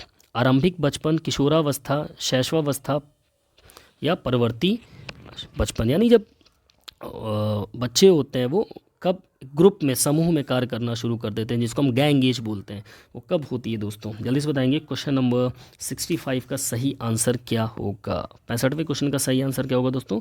बिल्कुल इसका जो सही आंसर होगा that is option D is the correct answer, letter childhood. 7 से 11 साल की एज में ना दोस्तों, ये आपका गैंग एज कहलाता है, ठीक है। वहीं इन्फेंसी की बात करें तो 1 साल का बच्चा कहलाएगा। एडोलसेंस की बात करें 10 से 19 साल के बीच में। अर्ली चाइल्डहुड आपका 2 से 6 साल के बीच में कहलाता है, ठीक है। अगले क्वेश्चन की तरफ चलते हैं। क्वेश्चन नंबर 66 है आपका दोस्तों, शास्त्रीय अनुकूलन प्रक्रियाएं हैं। The process of classical conditionings are सामान्यीकरण, विभेद, विलोपन, उपरोक्त सभी, जनरलाइजेशन, डिस्क्रिमिनेशन, डेलीशन और all of the above. Question number 66 का सही आंसर क्या होगा दोस्तों? बिल्कुल option D is the correct answer, that is all of the above. आपका जनरलाइजेशन, डिस्क्रिमिनेशन और डेलीशन, ये तीनों चीज़ें ही आपकी क्लासिकल कंडीशनिंग के अंतर्गत आती हैं। और क्लासिकल कंडीशनिंग की बात करें तो इस पे टेस्ट यानी इस पे एक्सपेरिमेंट किसने किया था? इवॉन पावलोव ने किया था दोस्तों, ठीक है। जो आपने सुना होगा कुत्तों में घंटी बांध करके एक्सपेरिमेंट्स पढ़े होंगे आपने भी बीपी और बीपी की क्लासेस में, है ना। तो इवॉन पावलोव ने क्लासिकल कंडीशनिंग की शुरुआत करी थी, ठीक है। नेक्स्ट क्वेश्चन की बात करें, क्वेश्चन नंबर 67 है दोस्तों आपके सामने। शारीरिक शिक्षा के छात्रों को मनोविज्ञान की शिक्षा दी जाती क्योंकि psychology is taught to the student of physical education because इससे कार्य साधकता बढ़ती है, इसका संबंध व्यवहार से है, या सीखने में मदद करता है, या खिलाड़ियों को भी प्रेरित करता है। In increase work efficiency is related to behavior, it helps to learn, it motivates players. Question number 67 का सही आंसर क्या होगा दोस्तों? बिल्कुल option B is the correct answer, that is इसका संबंध व्यवहार से है। साइकोलॉजी डायरेक्टली आपके बिहेवियर से रिलेट करती है दोस्तों, ठीक है। जब आपको साइकोलॉजी कायदे से समझ में आएगी तभी आप अपने खिलाड़ियों के, अगर आप एक कोच हैं तो आप अपने खिलाड़ियों का बिहेवियर समझ कर उनको अच्छे से ट्रीट कर पाएंगे, अच्छे से ट्रेनिंग दे पाएंगे, कोच कर पाएंगे। नेक्स्ट क्वेश्चन की बात करें, क्वेश्चन नंबर 68 की, स्ट्रेस का कौन सा स्तर खिलाड़ी की परफॉर्मेंस में वृद्धि लाता है? What levels of stress leads to increase in the player performance? Very much, normal, optimum और नॉन ऑफ दिस। बहुत अधिक, सामान्य, अनुकूलन, अनुकूलतम या इनमें से कोई नहीं। क्या होगा क्वेश्चन नंबर 68 का सही आंसर? बिल्कुल option C is the correct answer, that is optimum level. देखो दोस्तों, जब बहुत ज़्यादा आप स्ट्रेस दे दोगे तो भी खिलाड़ी अपनी परफॉर्मेंस इंक्रीज़ नहीं कर पाएगा, है ना। सामान्य रखोगे तो भी जितने पे अटका रहेगा। अनुकूल यानी ना बहुत ज़्यादा रखना है और ना ही बहुत कम रखना है, एक ऑप्टिमम लेवल लेकर जब आप चलेंगे तो उससे खिलाड़ियों की परफॉर्मेंस में वृद्धि होती है, ठीक है। नेक्स्ट क्वेश्चन की बात करें, 20वीं शताब्दी में गेस्टॉल्ट मनोविज्ञान की स्थापना किसने की थी? Who founded gestalt psychology in the 20th century? Wertheimer, Koffka, Kohler, उपरोक्त सभी। जल्दी बताएंगे। क्वेश्चन नंबर 69 का सही आंसर क्या होगा? बिल्कुल option D is the correct answer, all of दी अब यहाँ पर आपको याद रखना है WKFK,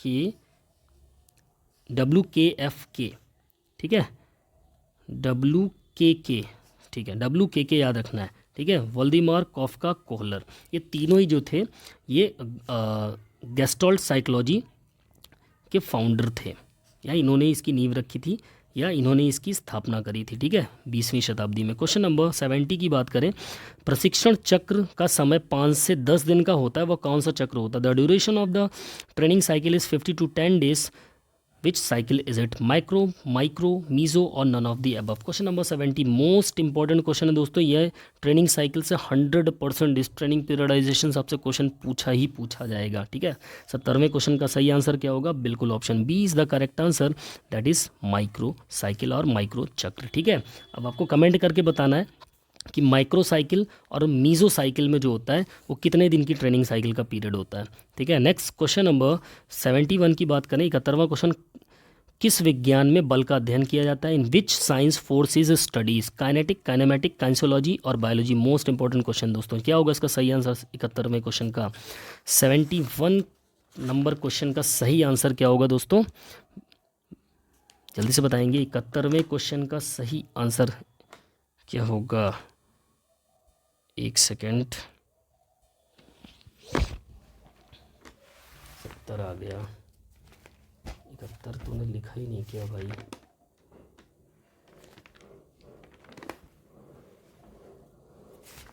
कहाँ पे किया है?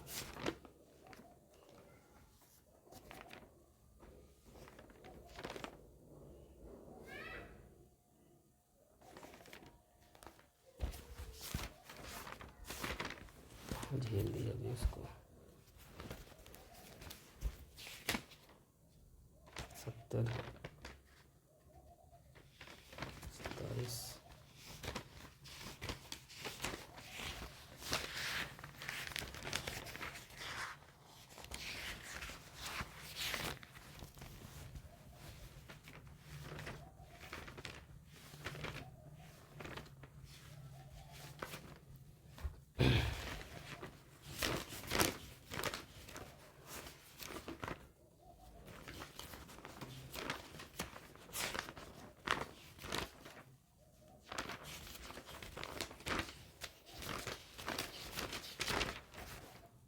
तो 101 से 14 तक है, 100 तक का कहाँ गया, लिखा ही नहीं है तूने।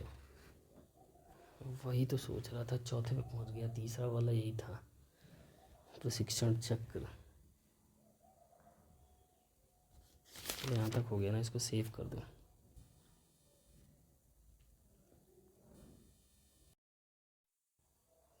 तो क्वेश्चन नंबर 71 दोस्तों, किस विज्ञान में बल का अध्ययन किया जाता है? इसका सही आंसर क्या होगा दोस्तों? बिल्कुल इसका जो सही आंसर होगा that is option A is the correct answer. ठीक है, इसका जो सही आंसर क्या होगा दोस्तों, वो होगा हमारा option A. Okay, option A is the correct answer. यहाँ पर आप देख भी पा रहे होंगे ऑप्शन ए क्या है, काइनेटिक। ठीक है, काइनेटिक अब इन काइनेटिक है, काइनेमेटिक है, किनेसियोलॉजी और जीव विज्ञान है। काइनेटिक जो होता है वो आपका बल का अध्ययन करता है। ठीक है, और काइनेमेटिक्स की बात करें तो गति के समीकरणों का उपयोग करके गति का वर्णन करता है। और काइनेटिक्स बताता है आपको कि जब कोई बल या टॉर्क लगाया जाता है तो शरीर कैसे प्रतिक्रिया करती है, कैसे रिस्पॉन्ड करती है उसके हिसाब से। ठीक है, चलिए अगले क्वेश्चन की तरफ चलते हैं। अगला क्वेश्चन है हमारा दोस्तों क्वेश्चन नंबर 72। 72वां क्वेश्चन आपसे कह रहा है दोस्तों, निम्न में से मनोरंजन का साधन है खेल, संगीत, लोक नृत्य, उपरोक्त सभी। Which of the following is a means of entertainment? Play, music, folk dance और all of the above. Question number 72 का सही आंसर क्या होगा दोस्तों? बिल्कुल option D is the correct answer, all of the above. ठीक है, मनोरंजन के ये सारे ही साधन है, खेल, संगीत, लोक नृत्य, ये सारे मनोरंजन के ही साधन है। अगले क्वेश्चन पे चलते हैं। अगला क्वेश्चन है हमारा दोस्तों क्वेश्चन नंबर 73। 73वां क्वेश्चन आपसे कह रहा है दोस्तों, मनोरंजन हमें देता है, एंटरटेनमेंट गिव अस, सामाजिक समानता, कार्यकुशलता में वृद्धि, मानसिक तथा शारीरिक शक्तियों का विकास या उपरोक्त सभी। जल्दी से बताएंगे क्वेश्चन नंबर 73 का सही आंसर क्या होगा? इसका बिल्कुल इसका जो सही आंसर होगा that is option D is the correct answer, उपरोक्त सभी। मनोरंजन हमें सामाजिक समानता भी देता है, कार्यकुशलता में वृद्धि भी करता है, मानसिक तथा शारीरिक शक्तियों का विकास भी होता है इसे। ठीक है, अगले क्वेश्चन की तरफ चलते हैं। अगला क्वेश्चन है हमारा दोस्तों क्वेश्चन नंबर 74 और 74वां क्वेश्चन आपसे कह रहा है, शैक्षिक संस्थान मनोरंजन कार्यक्रम संचालन का मुख्य अंग है, सत्य है, असत्य है, आंशिक सत्य है, इनमें से कोई नहीं। The main part of the educational institution entertainment program operation is. जल्दी से बताएंगे शैक्षिक संस्थान मनोरंजन कार्यक्रम संचालन का क्या मुख्य अंग है? बिल्कुल इसका जो सही आंसर होगा that is option A is the correct answer. ये कथन बिल्कुल सत्य है। ठीक है, अगले क्वेश्चन की तरफ चलते हैं। क्वेश्चन नंबर 75 है आपके सामने दोस्तों, परीक्षण यानी कि टेस्टिंग का मानक निर्भर है। The standard of testing depends on objectivity, validity, reliability या उपरोक्त सभी। जल्दी से बताएंगे क्वेश्चन नंबर 75 का सही आंसर क्या होगा?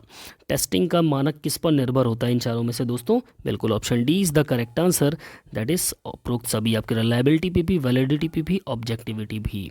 ठीक है, वस्तुनिष्ठता, वैधता और विश्वसनीयता, इन तीनों पर आपका टेस्टिंग यानी कि परीक्षण निर्भर होता है। अगला क्वेश्चन नंबर 76 है आपके सामने दोस्तों, विश्वसनीयता यानी कि रिलायबिलिटी का अर्थ क्या होता है? परीक्षण केवल उसी गुण को मापता है जिसके लिए उसका उपयोग किया जाता है। परीक्षण का प्रशासन बिना किसी कठिनाई से किया जा सकता है। उक्त दोनों, या परीक्षण का प्रयोग किसी समूह पर बार बार किया जाए और परिणाम लगभग एक जैसा आए। क्वेश्चन नंबर 76 का सही आंसर क्या होगा दोस्तों? बिल्कुल option D is the correct answer. परीक्षण का प्रयोग किसी समूह पर बार बार किया जाए और परिणाम लगभग एक जैसा आए तो वह उसकी विश्वसनीयता कहलाती है। ठीक है, the test is use repeatedly on a group and the results are almost at the same. Next question number 77 है दोस्तों आपके सामने। मोच स्प्रेन का कारण क्या है? The cause of sprain. मोच यानी स्प्रेन का क्या कारण होता है? टूटी हुई हड्डी, हड्डी का छोर जगह से हिलना, लिगामेंट का जोड़ टूटना, या फिर उपरोक्त सभी। जल्दी से बताएंगे क्वेश्चन नंबर 77 का सही आंसर क्या होगा दोस्तों? बिल्कुल option C is the correct answer, ligament का टूटना। एक चीज़ ध्यान रखना दोस्तों, इसमें दो टर्म है, एक हमारा टेंडन होता है, एक हमारा लिगामेंट होता है।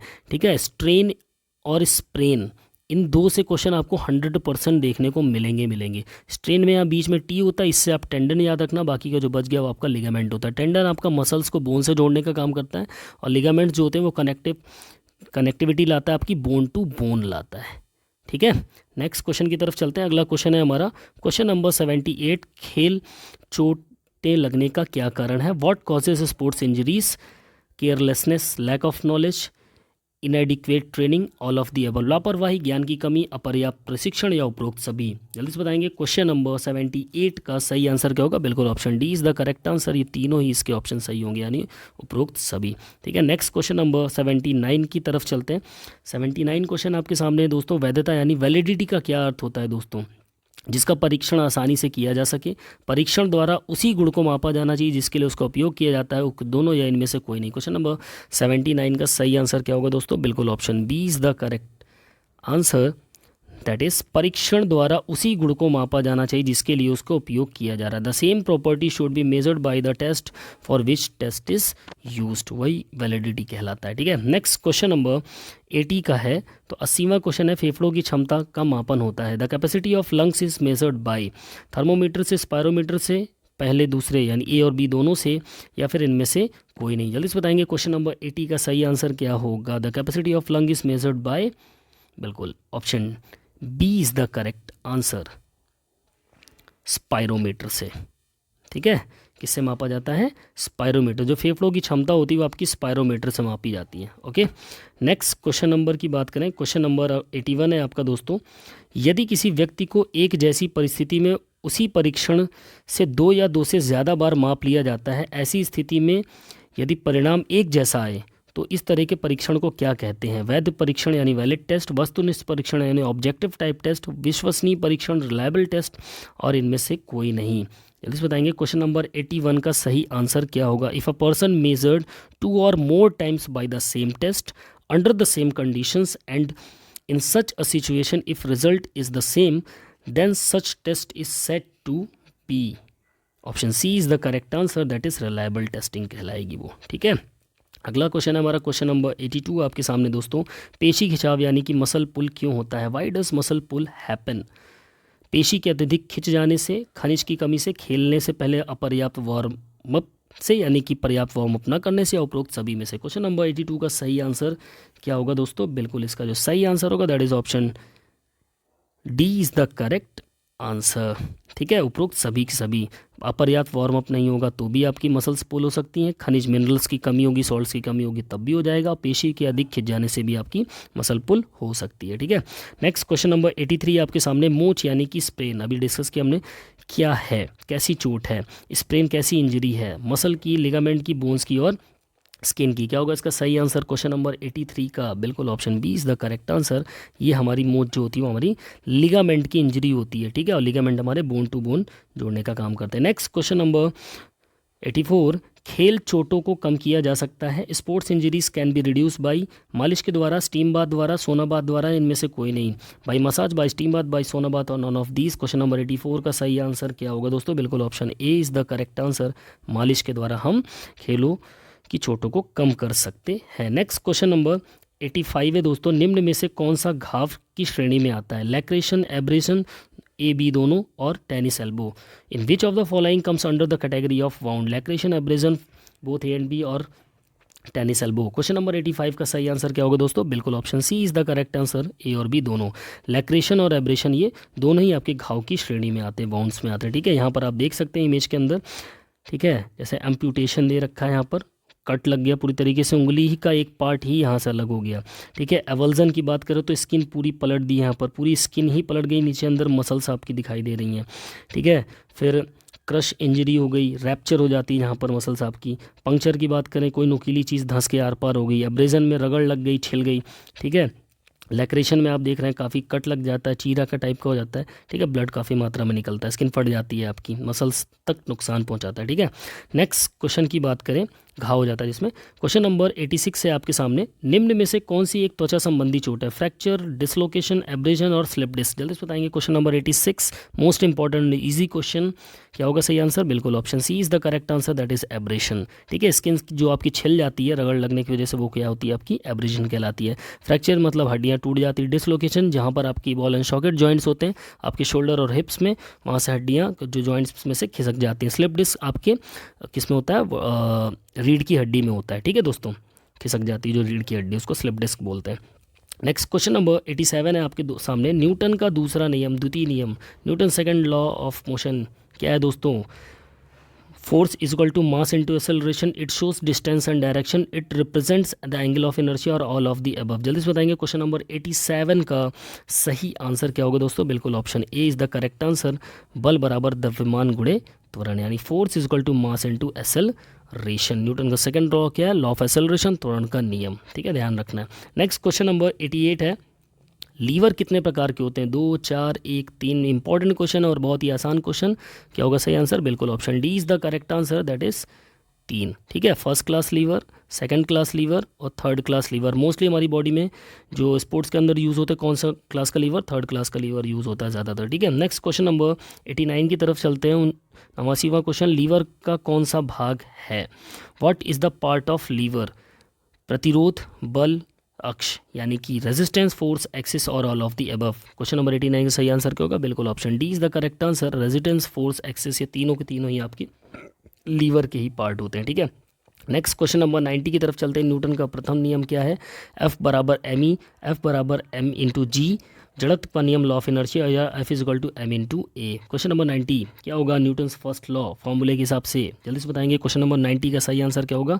बिल्कुल option C is the correct answer, that is law of inertia, प्रथम नियम। ठीक है, जड़त्व का नियम कहलाता है। ठीक है दोस्तों, अगर क्वेश्चन पसंद आ रहे हो और आपको लग रहा हो कि हाँ वाकई में ये क्वेश्चंस आपके लिए बहुत ही ज़्यादा इंपॉर्टेंट, ये प्रैक्टिस सेट होगा, वाकई बता रहा हूँ, यहाँ से मैक्सिमम नंबर ऑफ क्वेश्चंस आपको देखने को मिलेंगे। थोड़ा सा क्वेश्चन का पैटर्न चेंज हो सकता है, बट क्वेश्चन आपको यहीं से देखने को मिलेंगे। ठीक है, और अच्छी लग रही वीडियो तो यार प्लीज़ वीडियो को लाइक शेयर ज़रूर करते चलो और कमेंट भी करते चलो साथ में। चलिए नेक्स्ट क्वेश्चन की तरफ चलते हैं। अगला क्वेश्चन है हमारा दोस्तों, क्वेश्चन नंबर 91। नर्चर, यानी नर्चर को जाना जाता है, नर्चर इज़ नोन एज, प्रशिक्षण से, अनुकूलन से, वंशानुक्रम से या परिवार से, बाय ट्रेनिंग,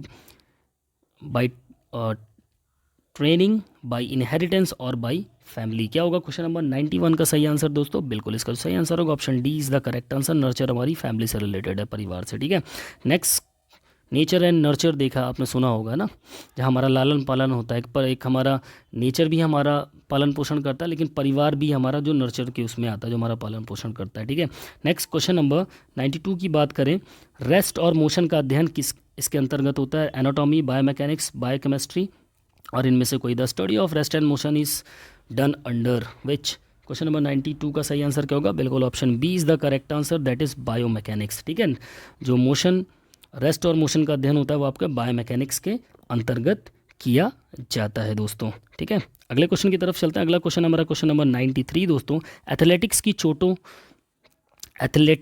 की चोटों का बचाव किया जा सकता है। Athletic injuries can be prevented by massage therapy से, वार्म अप से, हाइड्रोथेरेपी से, क्रायोथेरेपी से।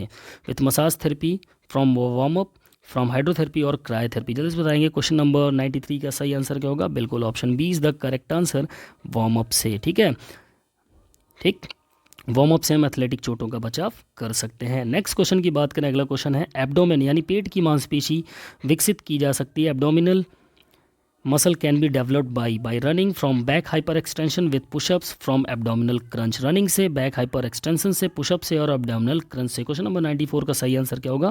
बिल्कुल option D is the correct answer, that is abdominal crunch से हम क्या कर सकते हैं? एब्डोमेन यानी पेट की मांसपेशी को विकसित कर सकते हैं, डेवलप कर सकते हैं। नेक्स्ट क्वेश्चन की बात करें, स्प्रेन, स्ट्रेन और टेंडन इंजरी में प्राथमिक चिकित्सा क्या होगी? गर्म पानी का उपयोग, बर्फ़ की थैली का उपयोग, इंफ्रारेड लैंप और thermotherapy. What will be the first aid in strain, sprain और टेंडन इंजरी? क्वेश्चन नंबर 95 का सही आंसर क्या होगा दोस्तों? बिल्कुल option B is the correct answer, that is बर्फ़ की थैली का प्रयोग करके हम स्प्रेन, स्ट्रेन और टेंडन इंजरी में चिकित्सा कर सकते हैं। ठीक है, नेक्स्ट क्वेश्चन की बात करें, अगला क्वेश्चन है हमारा क्वेश्चन नंबर 96 दोस्तों। यांत्रिकी यानी कि मैकेनिक्स का संबंध है, भौतिक विज्ञान की वह शाखा है जिसका संबंध किससे है? जल्दी से बताएंगे दोस्तों। मोशन से, रेस्ट से, दोनों से, या फिर इनमें से कोई नहीं? Mechanics is related is the branch of physics which is related to. Question number 96 का सही आंसर क्या होगा? बिल्कुल इसका जो सही आंसर होगा that is option C is the correct answer. Both A and B, motion और रेस्ट दोनों से ही आपका मैकेनिक्स का संबंध है, और मैकेनिक्स जो होती है आपकी भौतिक विज्ञान की शाखा है। ठीक है, अगला क्वेश्चन है हमारा क्वेश्चन नंबर 97 दोस्तों। निचले धड़ यानी कि लोअर टॉर्सो में विस्फोटक शक्ति विकसित करने का सर्वोत्तम तरीका है? रेत में दौड़कर, कीचड़ में दौड़कर, लंबी दूरी दौड़कर, इनमें से कोई नहीं। The best way to develop explosive power in lower torso, ठीक है, निचले धड़ पे एक्सप्लोजिव पावर डेवलप करने का सबसे बढ़िया तरीका क्या होता है? Running in sand, running in mud, long distance running और none of this. Question number 97 का सही आंसर क्या होगा? बिल्कुल option A is the correct answer, रेत में दौड़ के। ठीक है, running in sand. Now question number 98, एड़ी की चोट का तुरंत लक्षण है, जब आपकी एड़ी में चोट लगे उसका तुरंत लक्षण क्या होता है? The immediate symptom of a heel injury is रक्तस्राव, क्रेपिटीस, ओडिमा और इनमें से कोई नहीं? जल्दी बताएंगे। क्वेश्चन नंबर 98 का सही आंसर क्या होगा? बिल्कुल option C is the correct answer, that is oedema. ठीक है, नेक्स्ट क्वेश्चन की तरफ चलते हैं। अगला क्वेश्चन नंबर है 99। फेफड़ों की क्षमता को इसकी सहायता से मापी जाती, किसकी सहायता से मापी जाती है? Luxometer caliper, thermometer, skinfold caliper, web spirometer. Lung capacity is measure by with the help of, किसकी मदद से लंग कैपेसिटी को मापा जाता है? क्या होगा सही जवाब क्वेश्चन नंबर 99 का? बिल्कुल option D is the correct answer, that is web spirometer से हम फेफड़ों की क्षमता को माप सकते हैं। ठीक है, नाउ क्वेश्चन नंबर 100, 100वां क्वेश्चन आपके सामने। ओडिमा तुरंत परिलक्षित रिफ्लेक्ट्स करता है? मोच यानी कि स्प्रेन, मरोड़ यानी कि क्रैम्प, पेशी खिंचाव यानी कि मसल पुल, या इनमें से कोई नहीं? से पीछे ही क्वेश्चन में हमने देखा इसको, oedema instantly reflects to sprain, cramp, muscle pull और none of these. Question number 100 का सही आंसर क्या होगा? बिल्कुल option A is the correct answer, sprain यानी कि मोच। ठीक है, अगला क्वेश्चन है हमारा दोस्तों क्वेश्चन नंबर 101। 101वां क्वेश्चन आपसे क्या कह रहा है दोस्तों? एनाबॉलिक स्टेरॉयड है। देखो दोस्तों, मैंने लगभग हर टॉपिक से इस सीरीज़ के अंदर क्वेश्चन है, वो भी most important question cover up करने की कोशिश की कि आपका पूरा सिलेबस लगभग कंप्लीट हो। ठीक है, क्वेश्चन नंबर 101 क्या कह रहा है? एनाबॉलिक स्टेरॉयड क्या है? Anabolic steroids are doping agent, anti doping agent, performance enhancing agent और A and C both. Question number 101 का सही आंसर क्या होगा? बिल्कुल option D is the correct answer. Anabolic steroids जो होते हैं वो आपके डोपिंग एजेंट भी होते हैं और साथ ही परफॉर्मिंग इन्हांसिंग एजेंट भी होते हैं दोस्तों। ठीक है, ध्यान रखना इस चीज़ को। नेक्स्ट क्वेश्चन की बात करें, अगला क्वेश्चन है त्वरण क्षमता यानी कि एक्सेलरेशन कैपेसिटी और प्रतिक्रिया क्षमता रूप है। The acceleration capacity and reaction potential are from agility, speed, flexible और एंडोरेंस। जल्दी से बताएंगे। क्वेश्चन नंबर 102 का सही आंसर क्या होगा? बिल्कुल option A is the correct answer, that is agility यानी कि फुर्ती। ठीक है, नेक्स्ट क्वेश्चन की बात करें, क्वेश्चन नंबर 103 आपके सामने है। निम्न में से कौन सा वजन सहित शक्ति विकास का व्यायाम है? Which of the following is an exercise for strength development with weights? है ना, seesaw press, bench press, front press, उपरोक्त सभी। Seesaw press, bench press, front press, all of these. Question number 103 का सही आंसर क्या होगा? Option B is the correct answer, bench press. ठीक है, बेंच प्रेस क्या है? Exercise for strength development with weights. वजन के साथ जब आप स्ट्रेंथ डेवलपमेंट करते हैं तो वो एक्सरसाइज क्या कहलाती है? बेंच प्रेस कहलाती है। ठीक है, नेक्स्ट क्वेश्चन की तरफ चलते हैं। अगला क्वेश्चन नंबर 104 है आपके सामने। ताकत तथा गति का संयुक्त मिश्रण क्या कहलाता है? विस्फोटक क्षमता, अधिकतम शक्ति, उक्त दोनों या इनमें से कोई नहीं? What is the combined combination of strength and speed is called? Explosive potential, max power, both of this, non of this. विस्फोटक क्षमता, अधिकतम शक्ति, उक्त दोनों या इनमें से कोई नहीं? 104 क्वेश्चन नंबर का सही आंसर क्या होगा दोस्तों? बिल्कुल option A is the correct answer, विस्फोटक क्षमता कहलाएगा। ठीक है, अगले क्वेश्चन की तरफ चलते हैं। क्वेश्चन नंबर 105 आपके सामने है। ट्रेडमिल का प्रयोग निम्न में से क्या मापने के लिए किया जाता है? बल, कार्डियो रेस्पिरेटरी क्षमता, गति या शक्ति। Treadmills is use to measure which of the following. Important question है दोस्तों, क्या होगा इसका सही आंसर? 105वें क्वेश्चन का सही आंसर क्या होगा? Option B is the correct answer, cardio respiratory क्षमता। ठीक है, यानी कि कार्डियो रेस्पिरेटरी कैपेसिटी जो होती है वो आपकी ट्रेडमिल से मापने के लिए प्रयोग की जाती है। नेक्स्ट क्वेश्चन की तरफ चलते हैं। क्वेश्चन नंबर 106, कंट्यूजन शब्द संबंधित है दोस्तों। The word contusion is related to from injury, by nerve, by digestion और रेस्पिरेशन। क्वेश्चन नंबर 106 का सही आंसर क्या होगा? बिल्कुल option A is the correct answer, that is चोट से। कंट्यूजन शब्द जो होता है हमारी चोट से संबंधित है। अगला क्वेश्चन है 107, हार्वर्ड स्टेप टेस्ट निम्न के मापने के लिए प्रयोग किया जाता है। The Harvard step test is use to measure agility, leg power, endurance और कोऑर्डिनेशन एबिलिटी। क्वेश्चन नंबर 107 का सही आंसर क्या होगा दोस्तों? बिल्कुल option C is the correct answer. ये हमारी एंड्योरेंस यानी कि सहनशीलता को मापने के लिए प्रयोग किया जाता है हार्वर्ड स्टेप टेस्ट। ठीक है, नेक्स्ट क्वेश्चन नंबर 108 है आपके सामने। गोनियोमीटर का मापन होता है गति का, लोच का, फुर्ती का या फिर शक्ति का। Goniometer is use to measure, जल्दी से बताएंगे, ऑफ स्पीड, फ्लेक्सिबिलिटी, एजाइल या एजिलिटी या फिर ऑफ पावर। क्वेश्चन नंबर 108 का सही आंसर क्या होगा? बिल्कुल option B is the correct answer. Flexibility मापने के लिए गोनियोमीटर का प्रयोग किया जाता है दोस्तों। ठीक है, नेक्स्ट क्वेश्चन नंबर 109 आपके सामने है। स्काउट एंड गाइड नामक कार्यक्रम किस प्रकार के मनोरंजन अभिकरण के अंतर्गत आता है? Scout and guides programs come under which type of entertainment agency? Official, volunteer, personal और कमर्शियल। शासकीय, स्वयंसेवी, निजी और व्यापारिक। क्या होगा इसका सही आंसर? बिल्कुल option B is the correct answer, that is स्वयंसेवी। जो भारतीय स्काउट गाइड ऐसी संस्थाएं जो होती हैं, इसमें आप वॉलंटियर के रूप में होते हो दोस्तों, यानी इसमें आपको कोई पैसा नहीं मिलता। इनके अंतर्गत आप कोई भी काम करते हो तो उसके लिए आपको कोई पे नहीं किया जाता है। ठीक है, नेक्स्ट क्वेश्चन नंबर 110 आपके सामने है। स्क्रैप त्वचा की चोट क्या कहते हैं? स्क्रैप त्वचा की चोट को क्या कहते हैं दोस्तों? What is the scraped skin injuries called? Contusion, abrasion, bruise और none of this. Question number 110 का सही आंसर क्या होगा? बिल्कुल option B is the correct answer, abrasion. ठीक है, स्क्रैप त्वचा को हम क्या बोलते हैं? अब्रेजन बोलते हैं। ठीक है दोस्तों, क्या बोलते हैं? अब्रेजन बोलते हैं। नाउ क्वेश्चन नंबर 111 आपके सामने है दोस्तों। फार्टलेग ट्रेनिंग का प्रयोग विकसित करती है क्या? गति, शक्ति, सहनशीलता या लोच। Fartlek is develop by training using motion, power, endurance और फ्लेक्सिबिलिटी। क्वेश्चन नंबर 111 का सही आंसर क्या होगा? बिल्कुल option C is the correct answer, that is endurance. ठीक है, फार्टलेग ट्रेनिंग मेथड जो होते हैं हमारी सहनशीलता यानी एंडोरेंस को विकसित करने के लिए प्रयोग की जाती है। नेक्स्ट क्वेश्चन नंबर 112 आपके सामने। क्रायोथेरेपी प्रथम उपचार के रूप में निम्न चोटों में दी जाती है। स्प्रेन, फ्रैक्चर, स्ट्रेन, ए और सी दोनों। Cryotherapy is as the first treatment in the following injuries? Sprain, fracture, strain, both A and C. Cryo, cryo मतलब क्या होता है दोस्तों? क्रायो मतलब होता है बर्फ़। ठीक है, क्रायो मतलब होता है बर्फ़। अब आपको बताना है इसका सही आंसर क्या होगा। 112 का सही आंसर क्या होगा? बिल्कुल option D is the correct answer. A और सी दोनों पे, आपके स्प्रेन में भी और आपके स्ट्रेन में भी बर्फ़ का प्रयोग किया जाता है। ठीक है, इसको क्रायोथेरेपी भी बोलते हैं। नेक्स्ट क्वेश्चन नंबर 113 है आपके सामने। हाइड्रोथेरेपी का प्रयोग होता है। Hydrotherapy is use, hydro means होता है दोस्तों पानी, है ना? तो पानी का प्रयोग किया जाता है। पानी की थेरेपी का प्रयोग किस में किया जाता है? बर्फ़, पानी। अब ऑप्शन आंसर ही बता दिया मैंने।